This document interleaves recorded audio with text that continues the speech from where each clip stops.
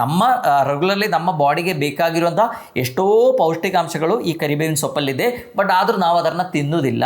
ಊಟ ಎಲ್ಲ ಮಾಡಿದ ಮೇಲೆ ನಾವೇನು ಮಾಡ್ತೀವಿ, ಅದರಲ್ಲಿರುವಂಥ ಕರಿಬೇವಿನ ಸೊಪ್ಪನ್ನು ಅಷ್ಟೇ ಎತ್ತಿ ಸೈಡಲ್ಲಿ ಇಟ್ಟು ಬಿಡ್ತೀವಿ.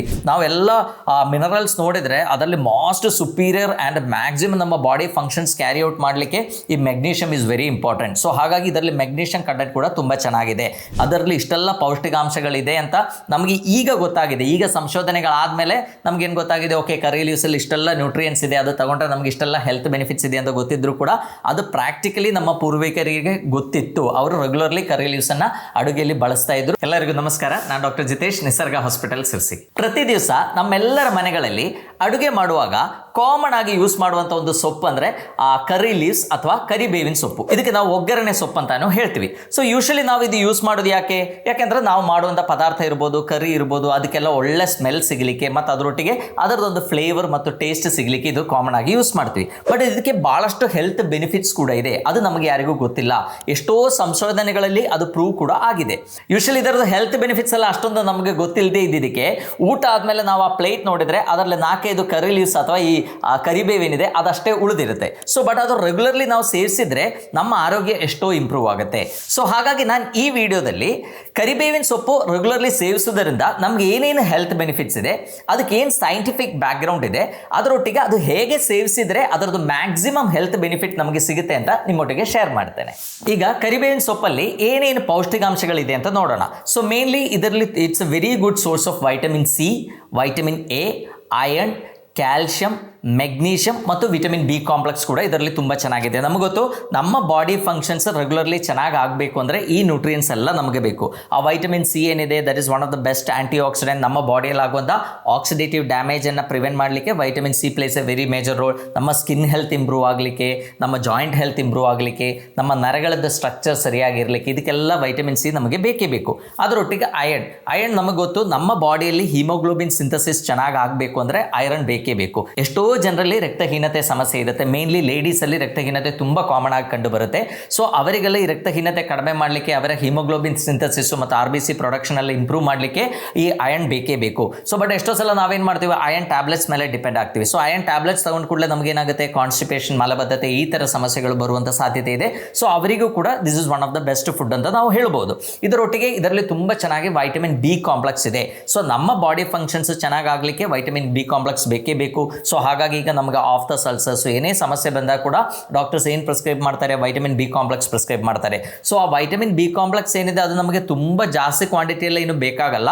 It will be in a very minimum ಕ್ವಾಂಟಿಟಿಯಲ್ಲಿ ಸಾಕಾಗುತ್ತೆ. ಸೊ ರೆಗ್ಯುಲರ್ಲಿ ನಾವು ಈ ಕರಿ ಲೀವ್ಸನ್ನು ಅಥವಾ ಕರಿಬೇವಿನ ಸೊಪ್ಪನ್ನು ರೆಗ್ಯುಲರ್ಲಿ ನಾವು ಸೇವಿಸಿದ್ರೆ ಈ ವೈಟಮಿನ್ ಬಿ ಕಾಂಪ್ಲೆಕ್ಸ್ ಕೂಡ ನಮಗೆ ತುಂಬ ಚೆನ್ನಾಗಿ ಸಿಗುತ್ತೆ. ಆ್ಯಂಡ್ ಇದರಲ್ಲಿ ಮೆಗ್ನೀಷಿಯಮ್ ಇದೆ. ಮೆಗ್ನೀಷಿಯಮ್ ಅಂದರೆ ನಮಗೆ ಗೊತ್ತು, ಇಟ್ಸ್ ಎ ಕಾಮಿಂಗ್ ಮಿನರಲ್. ನಮ್ಮ ನರಗಳಿಗೆ ಆಗುವಂಥ ಇರಿಟೇಷನ್, ಆ ಥರ ಎಷ್ಟೋ ಸಮಸ್ಯೆಗಳು, ನರಗಳು ನಮಗೆ ಒಳ್ಳೆ ನಿದ್ರೆ ಬರಲಿಕ್ಕೆ, ನಮ್ಮ ಬವಲ್ ಮೂವ್ಮೆಂಟ್ ಚೆನ್ನಾಗಿ ಆಗಲಿಕ್ಕೆಲ್ಲ magnesium is one of the best element ಅಂತ ನಾವು ಹೇಳ್ಬೋದು. ಯಾಕೆಂದರೆ ನಾವೆಲ್ಲ ಮಿನರಲ್ಸ್ ನೋಡಿದರೆ ಅದರಲ್ಲಿ ಮೋಸ್ಟ್ ಸುಪೀರಿಯರ್ ಆ್ಯಂಡ್ ಮ್ಯಾಕ್ಸಿಮಮ್ ನಮ್ಮ ಬಾಡಿ ಫಂಕ್ಷನ್ಸ್ ಕ್ಯಾರಿ ಔಟ್ ಮಾಡಲಿಕ್ಕೆ ಈ magnesium is very important. So ಹಾಗಾಗಿ ಇದರಲ್ಲಿ ಮೆಗ್ನೀಷಿಯಮ್ ಕಂಟೆಂಟ್ ಕೂಡ ತುಂಬ ಚೆನ್ನಾಗಿದೆ. ಆ್ಯಂಡ್ ಅದರೊಟ್ಟಿಗೆ ಕ್ಯಾಲ್ಶಿಯಂ, ನಮಗೆ ಗೊತ್ತು ನಮ್ಮ ಮೂಳೆಗಳು ಗಟ್ಟಿಯಾಗಲಿಕ್ಕೆ, ನಮ್ಮ ಹಲ್ಲಿನ ಆರೋಗ್ಯ ಎಲ್ಲದೂ ಚೆನ್ನಾಗಾಗಬೇಕು, ನಮ್ಮ ಕೂದಲು ಉದುರುವಿಕೆ ಪ್ರಿವೆಂಟ್ ಮಾಡಲಿಕ್ಕೆ ಇದಕ್ಕೆಲ್ಲ calcium place a very major role. So ಹಾಗಾಗಿ ಈ ಕರಿಬೇವಿನ ಸೊಪ್ಪು ಏನಿದೆ ಅದರಲ್ಲಿ ತುಂಬ ಚೆನ್ನಾಗಿ ಕ್ಯಾಲ್ಶಿಯಂ ಕೂಡ ಇದೆ. ಸೊ ನಾವು ಓವರ್ ಆಲ್ ನೋಡಿದರೆ ನಮ್ಮ ರೆಗ್ಯುಲರ್ಲಿ ನಮ್ಮ ಬಾಡಿಗೆ ಬೇಕಾಗಿರುವಂಥ ಎಷ್ಟೋ ಪೌಷ್ಟಿಕಾಂಶಗಳು ಈ ಕರಿಬೇವಿನ ಸೊಪ್ಪಲ್ಲಿದೆ. ಬಟ್ ಆದರೂ ನಾವು ಅದನ್ನು ತಿನ್ನೋದಿಲ್ಲ.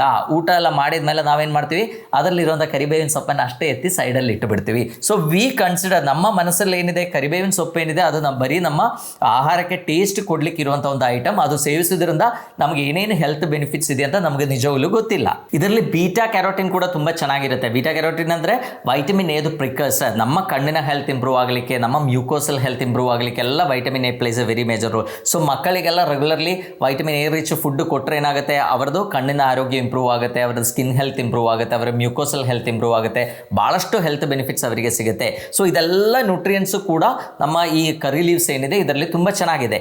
ಇನ್ನು ಅದರದ್ದು ಮೇನ್ ಒಂದು ಅಡ್ವಾಂಟೇಜ್ ಏನಂದರೆ ಅದರಲ್ಲಿರುವಂಥ ಆ್ಯಂಟಿ ಆಕ್ಸಿಡೆಂಟ್ಸ್. ಅಂದರೆ ಇದರಲ್ಲಿ ಕೆಲವು ಆಲ್ಕಲಾಯ್ಡ್ಸ್ ಇರುತ್ತೆ, ಕೆಲವು ಫ್ಲೇವನಾಯ್ಡ್ಸ್ ಇರುತ್ತೆ, ಕೆಲವು ಪಾಲಿಫಿನಾಲ್ಸ್ ಇರುತ್ತೆ, ಅದರೊಟ್ಟಿಗೆ ಇದರಲ್ಲಿ ಕ್ಲೋರೋಫಿಲ್ ಕೂಡ ಇದೆ. ಸೊ ಇದೆಲ್ಲ ಚೆನ್ನಾಗಿದ್ದಕ್ಕೆ ಅದರದೊಂದು ಹೆಲ್ತ್ ಬೆನಿಫಿಟ್ ಕೂಡ ನಮಗೆ ಸಿಗುತ್ತೆ. So mainly it acts like anti oxidants. ಹೇಗೆ ವೈಟಮಿನ್ ಸಿ ಕೆಲಸ ಮಾಡುತ್ತೋ ಅದೇ ಥರ ಆಂಟಿ ಆಕ್ಸಿಡೆಂಟ್ಸ್, ಬೇರೆ ಆಂಟಿ ಆಕ್ಸಿಡೆಂಟ್ಸ್ಗೆ ಬೇರೆ ಬಯೋ ಆಕ್ಟಿವ್ ಕಾಂಪೌಂಡ್ಸ್ ಕೂಡ ಇದರಲ್ಲಿ ಇರುತ್ತೆ. ಸೊ ಹಾಗಾಗಿ ಏನಾಗುತ್ತೆ, ಅದು ರೆಗ್ಯುಲರ್ಲಿ ತಗೊಳ್ಳೋದ್ರಿಂದ ನಮ್ಮ ಹಾರ್ಟ್ನ ಲೈಕ್ ಮೇಲೆ ಇರುವಂಥ ಆಕ್ಸಿಡೇಟಿವ್ ಡ್ಯಾಮೇಜ್ ಇರ್ಬೋದು, ನಮ್ಮ ಬಾಡಿಯಲ್ಲಿ ಇರುವಂಥ ಪ್ರತಿಯೊಂದು ಅಂಗಗಳಲ್ಲಿ ಆಗುವಂಥ ಆಕ್ಸಿಡೇಟಿವ್ ಡ್ಯಾಮೇಜನ್ನು ಪ್ರಿವೆಂಟ್ ಮಾಡಲಿಕ್ಕಾಗುತ್ತೆ. ಅದರೊಟ್ಟಿಗೆ ನಮ್ಮ ಆರೋಗ್ಯ ಇಂಪ್ರೂವ್ ಮಾಡಲಿಕ್ಕೂ ಕೂಡ ಇದು ತುಂಬ ಹೆಲ್ಪ್ಫುಲ್ ಆಗುತ್ತೆ. ನಮ್ಮ ನರಗಳನ್ನು ಪ್ರೊಟೆಕ್ಟ್ ಮಾಡಲಿಕ್ಕೆ, ನಮ್ಮ ಜಾಯಿಂಟ್ ಹೆಲ್ತ್ ಇಂಪ್ರೂವ್ ಮಾಡಲಿಕ್ಕೆ, ಪ್ರತಿಯೊಂದಕ್ಕೂ ಕೂಡ ಈ ಕರಿ ಲೀವ್ಸ್ ಏನಿದೆ one of the best medicine ಅಂತ ನಾವು ಹೇಳ್ಬೋದು. ಸೊ ಹಾಗಾಗಿ ಏನಾಗಿದೆ, ನಾವು ಅಡುಗೆಯಲ್ಲಿ ಯೂಸ್ ಮಾಡ್ತಾ ಇದ್ವಿ, ಬಟ್ ಅದರದ್ದು ಹೆಲ್ತ್ ಬೆನಿಫಿಟ್ಸ್ ನಮಗೇನು ಚೆನ್ನಾಗಿ ಗೊತ್ತಿರಲಿಲ್ಲ. ಬಟ್ ನಮ್ಮ ಆನ್ಸಿಸ್ಟರ್ಸ್ ಏನಿದ್ದಾರೆ, ನಮ್ಮ ಅಜ್ಜ ಅಜ್ಜಿ ತಾತ ಎಲ್ಲ ಏನಿದ್ರು, ಅವರಿಗೆ ಇದರ ಬಗ್ಗೆ ಚೆನ್ನಾಗಿ ಗೊತ್ತಿತ್ತು. ಎಷ್ಟೋ ವರ್ಷಗಳಿಂದ ಆಯುರ್ವೇದದಲ್ಲಿ ಮತ್ತು ಸಿದ್ಧದಲ್ಲಿ ಕೂಡ ಏನು ಈ ಕರಿ ಲೀವ್ಸ್ ಏನಿದೆ ಅದು ರೆಗ್ಯುಲರ್ಲಿ ಯೂಸ್ ಮಾಡ್ತಾ ಇದ್ದು. ಸುಮ್ಮನೆ ಯಾರು ಯೂಸ್ ಮಾಡಲ್ಲ, ಬಿಕಾಸ್ ಆಫ್ ಅದರದ್ದು ಹೆಲ್ತ್ ಬೆನಿಫಿಟ್ಸ್. ಅದರಲ್ಲಿ ಇಷ್ಟೆಲ್ಲ ಪೌಷ್ಟಿಕಾಂಶಗಳಿದೆ ಅಂತ ನಮಗೆ ಈಗ ಗೊತ್ತಾಗಿದೆ. ಈಗ ಸಂಶೋಧನೆಗಳಾದಮೇಲೆ ನಮಗೇನು ಗೊತ್ತಾಗಿದೆ, ಓಕೆ ಕರಿ ಲೀವ್ಸಲ್ಲಿ ಇಷ್ಟೆಲ್ಲ ನ್ಯೂಟ್ರಿಯೆಂಟ್ಸ್ ಇದೆ, ಅದು ತಗೊಂಡ್ರೆ ನಮಗೆ ಇಷ್ಟೆಲ್ಲ ಹೆಲ್ತ್ ಬೆನಿಫಿಟ್ಸ್ ಇದೆ ಅಂತ ಗೊತ್ತಿದ್ರು ಕೂಡ ಅದು ಪ್ರಾಕ್ಟಿಕಲಿ ನಮ್ಮ ಪೂರ್ವಿಕರಿಗೆ ಗೊತ್ತಿತ್ತು. ಅವರು ರೆಗ್ಯುಲರ್ಲಿ ಕರಿ ಲೀವ್ಸನ್ನು ಅಡುಗೆಯಲ್ಲಿ ಬಳಸ್ತಾ ಇದ್ರು. ಸೊ ಹಾಗಾಗಿ ನಾವು ಕೂಡ ಆ ಹ್ಯಾಬಿಟನ್ನು ಕಂಟಿನ್ಯೂ ಮಾಡ್ತಾ ಇದ್ವಿ, ಬಟ್ ಅದರದ್ದು ಹೆಲ್ತ್ ಬೆನಿಫಿಟ್ಸ್ ಅಷ್ಟೊಂದು ನಮಗೆ ಗೊತ್ತಿರಲಿಲ್ಲ. ಈಗ ಯಾವ ಸಮಸ್ಯೆಗಳಲ್ಲಿ ಅಥವಾ ಏನೇನು ಹೆಲ್ತ್ ಬೆನಿಫಿಟ್ಸ್ ನಾವು ಈ ರೆಗ್ಯುಲರ್ಲಿ ಈ ಕರಿಬೇವಿನ ಸೊಪ್ಪು ಸೇವಿಸಿದ್ರೆ ಸಿಗುತ್ತೆ ಅಂತ ನೋಡೋಣ. ಸೊ ಫಸ್ಟ್ ಆ್ಯಂಡ್ ಫಾರ್ಮೋಸ್ಟ್ ನಮ್ಮ ದೇಶದಲ್ಲಿ ಹೈಯೆಸ್ಟ್ ಇರುವಂಥ ಕಾಯಿಲೆ ಅಂದರೆ ಸಕ್ಕರೆ ಕಾಯಿಲೆ. ಸೊ ಟೈಪ್ 2 ಡಯಾಬಿಟಿಸ್ ಇದ್ದವರು ರೆಗ್ಯುಲರ್ಲಿ ಈ ಕರಿಬೇವಿನ ಸೊಪ್ಪನ್ನು ಸೇವಿಸಿದ್ರೆ ಅವ್ರದ್ದು ಫಾಸ್ಟಿಂಗ್ ಶುಗರ್ ಮತ್ತು ಪೋಸ್ಟ್ ಪ್ರ್ಯಾಂಟಿಯಲ್ ಶುಗರ್ ಅಂದರೆ ಆಹಾರಕ್ಕಿಂತ ಮೊದಲಿರುವ ಸಕ್ಕರೆ ಮತ್ತು ಆಹಾರದ ನಂತರ ಇರುವಂಥ ಬ್ಲಡ್ ಶುಗರ್ನ ಕಂಟ್ರೋಲ್ ಮಾಡಲಿಕ್ಕೆ ಎರಡಕ್ಕೂ ಕೂಡ ಇದು ತುಂಬ ಹೆಲ್ಪ್ ಆಗುತ್ತೆ. ಸೊ ಅದು ಮೇನ್ಲಿ ಒಂದು ಏನಂದರೆ ನಮ್ಮ ಇನ್ಸುಲಿನ್ ಸೆನ್ಸಿಟಿವಿಟಿಯನ್ನು ಇದು ಇಂಪ್ರೂವ್ ಮಾಡುತ್ತೆ. ಎರಡನೇದು ಏನಂದರೆ ನಮ್ಮ ಕೆಲವು ಡೈಜೆಸ್ಟಿವ್ ಎನ್ಸೈಮ್ಸ್ ಇದೆ, ಈಗ ಆಲ್ಫಾ ಗ್ಲೂಕೋಸಿಡೇಸ್ ಈ ಥರ ಎನ್ಸೈಮ್ಸ್ಗಳನ್ನು ಏನು ಮಾಡುತ್ತೆ ಅಂದರೆ ಅದನ್ನು ಇನ್ಹಿಬಿಟ್ ಮಾಡುತ್ತೆ. ಸೊ ಹಾಗಾಗಿ ನಾವು ತಗೊಂಡಿರುವ ಆಹಾರದಲ್ಲಿರುವಂಥ ಕಾರ್ಬೋಹೈಡ್ರೇಟ್ ಏನಿದೆ ಕಂಪ್ಲೀಟ್ಲಿ ಬ್ರೇಕ್ ಡೌನ್ ಆಗಲ್ಲ. ಸೊ ಹಾಗಾಗಿ ನಮ್ಮ ಪೋಸ್ಟ್ ಪ್ರ್ಯಾಂಟಿಯಲ್ ಶುಗರ್ ಏನಿದೆ ಅದನ್ನು ಕಂಟ್ರೋಲ್ ಮಾಡಲಿಕ್ಕೆ ಇದು ತುಂಬ ಹೆಲ್ಪ್ ಆಗುತ್ತೆ. ಆ್ಯಂಡ್ ನಮಗೆ ಗೊತ್ತು ಎಲ್ಲ ಸೊಪ್ಪಲ್ಲಿ ಏನಿರುತ್ತೆ, ನಾರಿನಾಂಶ ಕೂಡ ಜಾಸ್ತಿ ಇರುತ್ತೆ. ಸೊ ನಾರಿನಾಂಶ ಇರುವಂಥ ಆಹಾರ ತಗೊಂಡಾಗ ಏನಾಗುತ್ತೆ, ಕಾರ್ಬೋಹೈಡ್ರೇಟ್ ಬೇಗ ಬ್ರೇಕ್ ಡೌನ್ ಆಗಲ್ಲ. ಸೊ ಗ್ಯಾಸ್ಟ್ರಿಕ್ ಎಂಪ್ಟಿಂಗನ್ನು ಡಿಲೇ ಮಾಡಲಿಕ್ಕೂ ಇದು ತುಂಬ ಹೆಲ್ಪ್ ಆಗುತ್ತೆ. ಆ್ಯಂಡ್ ಅದರೊಟ್ಟಿಗೆ ನಾನು ಹೇಳಿದಂಗೆ ಇನ್ಸುಲಿನ್ ಸೆನ್ಸಿಟಿವಿಟಿಯನ್ನು ಇಂಪ್ರೂವ್ ಮಾಡೋದರಿಂದ ನಮ್ಮ ಗ್ಲೂಕೋಸ್ ಟ್ರಾನ್ಸ್ಪೋರ್ಟೇಷನ್ ಏನಿದೆ ಅದು ಚೆನ್ನಾಗಾಗುತ್ತೆ. ಅದರೊಟ್ಟಿಗೆ ಇದರಲ್ಲಿರುವಂಥ ಆ್ಯಂಟಿ ಆಕ್ಸಿಡೆಂಟ್ಸ್ ಏನಿದೆ, ನಮ್ಮ ಪ್ಯಾನ್ಕ್ರಿಯಾಸಲ್ಲಿ ಇರುವಂಥ ಬೀಟಾ ಸೆಲ್ಸ್ ಏನಿದೆ ಅದಕ್ಕೂ ಕೂಡ ಆಕ್ಸಿಡೇಟಿವ್ ಡ್ಯಾಮೇಜ್ ಆಗದೇ ಇದ್ದಂಗೆ ಪ್ರೊಟೆಕ್ಟ್ ಮಾಡಲಿಕ್ಕೆ ಹೆಲ್ಪ್ ಮಾಡುತ್ತೆ. ಎರಡನೇದು ರಕ್ತಹೀನತೆ. ಸೊ ನಮ್ಮ ದೇಶದಲ್ಲಿ ತುಂಬ ಜನರಿಗೆ ರಕ್ತಹೀನತೆ ಸಮಸ್ಯೆ ಇದೆ. ನಮಗೆಲ್ಲ ಗೊತ್ತು, ಎಷ್ಟೋ ಲೇಡೀಸಲ್ಲಿ ನಾವು ಬ್ಲಡ್ ಟೆಸ್ಟ್ ಮಾಡಿದಾಗ ನಮ್ಗೆ ಗೊತ್ತಾಗುತ್ತೆ ಹಿಮೋಗ್ಲೋಬಿನ್ ಏನಿದೆ 7, 8, 9 ಇಷ್ಟೇ ಇರುತ್ತೆ. So usually normal haemoglobin level around 13-14 ಇರಬೇಕಾದ್ರೂ ಕೂಡ ನಮ್ಮ ಇಂಡಿಯನ್ ಸ್ಟ್ಯಾಂಡರ್ಡ್ಸ್ ನೋಡಿದರೆ ಲೇಡೀಸಲ್ಲಿ ಎಸ್ಪೆಷಲಿ ಅರೌಂಡ್ 12 ಆದರೂ ಮಿನಿಮಮ್ ಇರಬೇಕು. ಸೊ ಅದು ಕೂಡ ಎಷ್ಟೋ ಜನರಲ್ಲಿ ಇರಲ್ಲ. ಅವರು ಏನು ಕಂಪ್ಲೇಂಟ್ ಮಾಡ್ತಾ ಇರ್ತಾರೆ, ನನಗೆ ತುಂಬ ಸುಸ್ತಾಗುತ್ತೆ ಅಂತ ಹೇಳ್ತಾ ಇರ್ತಾರೆ. ಸೊ ಅವರಿಗೆ ಈ ರಕ್ತಹೀನತೆಯನ್ನು ಕಡಿಮೆ ಮಾಡಲಿಕ್ಕೆ, ಅದರೊಟ್ಟಿಗೆ ಎನರ್ಜಿ ಲೆವೆಲನ್ನು ಇಂಪ್ರೂವ್ ಮಾಡಲಿಕ್ಕೂ ಕೂಡ ಈ ಕರಿಬೇವಿನ ಸೊಪ್ಪು ಏನಿದೆ ಅದು ತುಂಬ ಒಳ್ಳೆಯದು ಅಂತ ಹೇಳ್ಬೋದು. ಯಾಕೆಂದರೆ ನಾನು ಫಸ್ಟ್ ಹೇಳಿದ್ದೇನೆ, ಇದರಲ್ಲಿ ತುಂಬ ಚೆನ್ನಾಗಿ ಐರನ್ ಕಂಟೆಂಟ್ ಇದೆ. ಸೊ ಐರನ್ ಕಂಟೆಂಟ್ ಇರುವಂಥ ಆಹಾರ ತಗೊಂಡ್ರೆ ಅಷ್ಟೇ ಆಗಲ್ಲ. ಎಷ್ಟೋ ಜನ ಐರನ್ ರಿಚ್ ಫುಡ್ ತಗೊಳ್ತಾರೆ, ಬಟ್ ಅದರದ್ದು ಅಬ್ಸಾರ್ಪ್ಷನ್ ಚೆನ್ನಾಗಾಗಲ್ಲ. ಐರನ್ ಅಬ್ಸಾರ್ಪ್ಷನ್ ಚೆನ್ನಾಗಿ ಆಗಬೇಕು ಅಂದರೆ vitamin C also place a very major roll. And ತುಂಬ ಜನರಿಗೆ ಐರನ್ ಅಬ್ಸಾರ್ಪ್ಷನ್ ಆಗದೇ ಇರಲಿಕ್ಕಿರುವಂಥ ಮೇನ್ ರೀಸನ್ ಅಂದರೆ ಟೀ ಕನ್ಸಂಪ್ಷನ್. ಎಷ್ಟೋ ಜನ ಚಹಾ ಕುಡಿಯುವಂಥ ಅಭ್ಯಾಸ ಅವರಿಗೆ ತುಂಬ ಇದೆ. ಸೊ ರೆಗ್ಯುಲರ್ಲಿ ಚಹಾ ಕುಡಿಯೋರಲ್ಲಿ ಕೂಡ ಈ ಐರನ್ ಡೆಫಿಷಿಯನ್ಸಿ ಏನಿದೆ ಬರುವಂಥ ಸಾಧ್ಯತೆಗಳು ಜಾಸ್ತಿ ಇದೆ. ಸೊ ಬಟ್ ಈ ಸೊಪ್ಪೇನಿದೆ, ನಮ್ಮ ಕರಿಬೇವಿನ ಸೊಪ್ಪೇನಿದೆ, ಇದರಲ್ಲಿ ಐರನ್ ಕಂಟೆಂಟು ಚೆನ್ನಾಗಿದೆ. ಅಟ್ ದ ಸೇಮ್ ಟೈಮ್ ಅದರಲ್ಲಿ ವೈಟಮಿನ್ ಸಿ ಕೂಡ ತುಂಬ ಚೆನ್ನಾಗಿದೆ. ಸೊ ಹಾಗಾಗಿ ಐರನ್ ಅಬ್ಸಾರ್ಪ್ಷನ್ ಇಂಪ್ರೂವ್ ಮಾಡಲಿಕ್ಕೂ ಕೂಡ ಬೇಕಾಗಿರುವಂಥ ಕ್ಯಾಟಲಿಸ್ಟ್ ಏನಿದೆ ಆ ಸೊಪ್ಪಲ್ಲೇ ಇದೆ. ಸೊ ಹಾಗಾಗಿ ರಕ್ತಹೀನತೆ ಸಮಸ್ಯೆ ಇರೋರು ರೆಗ್ಯುಲರ್ಲಿ ಈ ಕರಿಬೇವಿನ ಸೊಪ್ಪನ್ನು ಸೇವಿಸಿದರೆ ಅದು ಅವರದ್ದು HB ಇಂಪ್ರೂವ್ ಆಗಲಿಕ್ಕೆ ಆ್ಯಂಡ್ RBC ಮೇಲೆ ಇರುವಂಥ ಆಕ್ಸಿಡೇಟಿವ್ ಡ್ಯಾಮೇಜನ್ನು ಕಡಿಮೆ ಮಾಡಲಿಕ್ಕೆ ಮತ್ತು ನಮ್ಮ ಆರೋಗ್ಯ ಇಂಪ್ರೂವ್ ಆಗಲಿಕ್ಕೆ, ನಮ್ಮ ಎನರ್ಜಿ ಲೆವೆಲ್ ಇಂಪ್ರೂವ್ ಆಗಲಿಕ್ಕೆ ಎಲ್ಲ ಇದು ತುಂಬ ಹೆಲ್ಪ್ ಮಾಡುತ್ತೆ. ನೆಕ್ಸ್ಟ್ ಬೆನಿಫಿಟ್ ಏನು ಅಂದರೆ ಡೈಜೆಸ್ಟಿವ್ ಹೆಲ್ತ್ ಇಂಪ್ರೂವ್ ಮಾಡಲಿಕ್ಕೆ ಇದು ತುಂಬ ಒಳ್ಳೆಯದು. ಅಂದರೆ ನಮ್ಮ ಹೊಟ್ಟೆಯ ಆರೋಗ್ಯ, ಹೊಟ್ಟೆಯಲ್ಲಿ ಆಗುವಂಥ ಎಷ್ಟೋ ಸಮಸ್ಯೆಗಳಿಗೆ ಈ ಕರಿಬೇವಿನ ಸೊಪ್ಪು ಏನಿದೆ one of the best medicine ಅಂತ ನಾವು ಹೇಳ್ಬೋದು. ಸೊ ಇದು ಟ್ರೆಡಿಷ್ನಲಿ ನಾವು ಪ್ರಾಕ್ಟೀಸ್ ಮಾಡ್ತಾ ಕೂಡ ಬರ್ತಾ ಇದ್ವಿ. ಬಿಕಾಸ್ ಎಷ್ಟೋ ಸಲ ನಮಗೆ ಡಯೇರಿಯಾ ಆದಾಗ, ಅಂದರೆ ತುಂಬ ಲೂಸ್ ಮೋಷನಲ್ ಆದಾಗ ನಾವು ಈ ಕರಿ ಲೀವ್ಸ್ ಏನಿದೆ ಅಥವಾ ಈ ಸೊಪ್ಪು ಏನಿದೆ ಇದನ್ನು ಬಳಸ್ತೀವಿ. ನಮ್ಮ ಮಜ್ಜಿಗೆಯಲ್ಲೆಲ್ಲ ಮಿಕ್ಸ್ ಮಾಡಿ ಕುಡಿದಾಗ ನಮ್ಮ ಡಯೇರಿಯಾ ಪ್ರಾಬ್ಲಮ್ ಏನಿದೆ ಅದು ಕಂಟ್ರೋಲ್ ಮಾಡಲಿಕ್ಕೆ ಇದು ತುಂಬ ಹೆಲ್ಪ್ ಆಗುತ್ತೆ. ಅದೇ ಥರ ಹೊಟ್ಟೆಯಲ್ಲಿ ಗ್ಯಾಸ್ ತುಂಬಿದಾಗ ಕೂಡ ಇದರದ್ದು ಕಷಾಯ ಮಾಡಿ ತಗೊಂಡಾಗ ನಮ್ಮ ಗ್ಯಾಸ್ ಕಡಿಮೆ ಮಾಡಲಿಕ್ಕೆ, ಹೊಟ್ಟೆಯಲ್ಲಿ ಬರುವಂಥ ನೋವು ಕಡಿಮೆ ಮಾಡಲಿಕ್ಕೆ ಇದು ತುಂಬ ಹೆಲ್ಪ್ಫುಲ್ ಆಗುತ್ತೆ. ಅದರೊಟ್ಟಿಗೆ ಇದು ನಮ್ಮ ಡೈಜೆಸ್ಟಿವ್ ಪವರ್ನ ಕೂಡ ಇಂಪ್ರೂವ್ ಮಾಡಲಿಕ್ಕೆ ತುಂಬ ಒಳ್ಳೆಯದು. ಅಂದರೆ ನಮಗೆ ಇಂಡೈಜೆಷನ್ ಸಮಸ್ಯೆ ಅಥವಾ ಏನಾದರೂ ತುಂಬ ನಾನು ಹೇಳ್ದಂಗೆ ಗ್ಯಾಸ್ ಆಗೋದು, ಹೊಟ್ಟೆ ನೋವಾಗೋದು, ಮೋಷನ್ ಸರಿಯಾಗಿ ಆಗದೇ ಇರೋದು, ಸೊ ಈ ಥರ ಸಮಸ್ಯೆಗಳಿಗೂ ಕೂಡ ಈ ಸೊಪ್ಪು ಏನಿದೆ, ಕರಿಬೇವಿನ ಸೊಪ್ಪು ಅಥವಾ ಒಗ್ಗರಣೆ ಸೊಪ್ಪು ಏನಿದೆ ಅದು ತುಂಬ ಒಳ್ಳೆಯದು. ಅದರದ್ದು ಕಷಾಯ ಮಾಡಿ ತಗೋಬಹುದು, ಬೇಕಾದ್ರೆ ಮಜ್ಜಿಗೆಯಲ್ಲಿ ಮಿಕ್ಸ್ ಮಾಡಿ ತಗೊಳ್ಳೋದೆಲ್ಲ ತುಂಬ ಆರೋಗ್ಯಕ್ಕೆ ಒಳ್ಳೆಯದು. ಇನ್ನು ಈ ಕರಿಬೇವಿನ ಸೊಪ್ಪು ರೆಗ್ಯುಲರ್ಲಿ ಸೇವಿಸೋದ್ರಿಂದ ನಮ್ಮ ಹೃದಯದ ಆರೋಗ್ಯ ಇಂಪ್ರೂವ್ ಆಗಲಿಕ್ಕೆ ಮಾಡ್ಲಿಕ್ಕೆ ಕೂಡ ಇದು ತುಂಬ ಒಳ್ಳೆಯದು. ನಮಗೆ ಗೊತ್ತು ನಮ್ಮ ದೇಶದಲ್ಲಿ ಹೈಯೆಸ್ಟ್ ಡೆತ್ಸ್ ಆಗೋದು ಹೇಗೆ, ಹಾರ್ಟ್ ಅಟ್ಯಾಕಿಂದ. ಸೊ ಹಾರ್ಟ್ ಅಟ್ಯಾಕ್ ಬರಲಿಕ್ಕೆ ಇರುವಂಥ ಮೇನ್ ರೀಸನ್ ಏನು, ನಮ್ಮ ಡಿಸ್ಲಿಪಿಡಿಮಿ ಅಂತ ಹೇಳ್ಬೋದು. ಅಂದರೆ ನಮ್ಮ ಕೊಲೆಸ್ಟ್ರಾಲ್ ಲೆವೆಲ್ಸ್, ಅಂದರೆ ಮೇನ್ಲಿ ನಮ್ಮ ಕೆಟ್ಟ ಕೊಲೆಸ್ಟ್ರಾಲ್ ಲೆವೆಲ್ ಜಾಸ್ತಿ ಆಗೋದು, ಅದರೊಟ್ಟಿಗೆ ನಮಗಿರುವಂಥ ಬೇರೆ ಕಾಯಿಲೆಗಳು ಲೈಕ್ ಸಕ್ಕರೆ ಕಾಯಿಲೆ ಇರ್ಬೋದು, BP ಕಾಯಿಲೆ ಇರ್ಬೋದು. ಸೊ ಇದೆಲ್ಲ ಸೇರಿದಾಗ ನಮ್ಮ ಕಾರ್ಡಿಯಾಕ್ ರಿಸ್ಕ್ ಏನಿದೆ ಅದು ಜಾಸ್ತಿ ಆಗುತ್ತೆ. ಸೊ ಅದರಲ್ಲಿ ಮೇನ್ಲಿ ಈ ಆಕ್ಸಿಡೈಸ್ಡ್ LDL ಅಂತ ಹೇಳ್ತೀವಿ. ಅಂದರೆ LDL ಏನಿದೆ ಅದು ಆಕ್ಸಿಡೈಸ್ಡ್ ಆದಮೇಲೆ ನಮ್ಮ ಹಾರ್ಟ್ಗೆ ರಿಸ್ಕ್ ಏನಿದೆ ಅದು ಜಾಸ್ತಿ ಆಗುತ್ತೆ.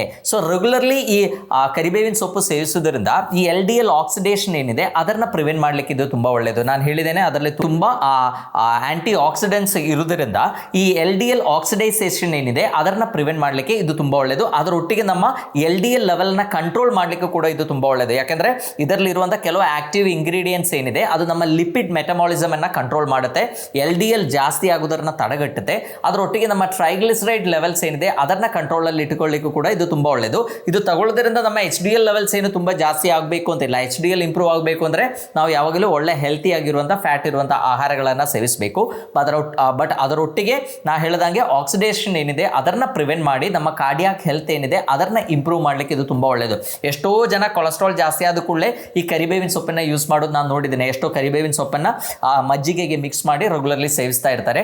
ಅದು ಆ್ಯಕ್ಚುಲಿ ತುಂಬ ಒಳ್ಳೆಯದು. ನಾ ಹೇಳಿದಂಗೆ ಕಾರ್ಡಿಯಾಕ್ ರಿಸ್ಕನ್ನು ಅದು ಕಡಿಮೆ ಮಾಡಲಿಕ್ಕೆ ತುಂಬ ಹೆಲ್ಪ್ಫುಲ್ ಆಗುತ್ತೆ. ಅದೇ ಥರ ನಮ್ಮ ಲಿವರ್ ಪ್ರೊಟೆಕ್ಷನಿಗೂ ಕೂಡ ಇದು ತುಂಬ ಒಳ್ಳೆಯದು.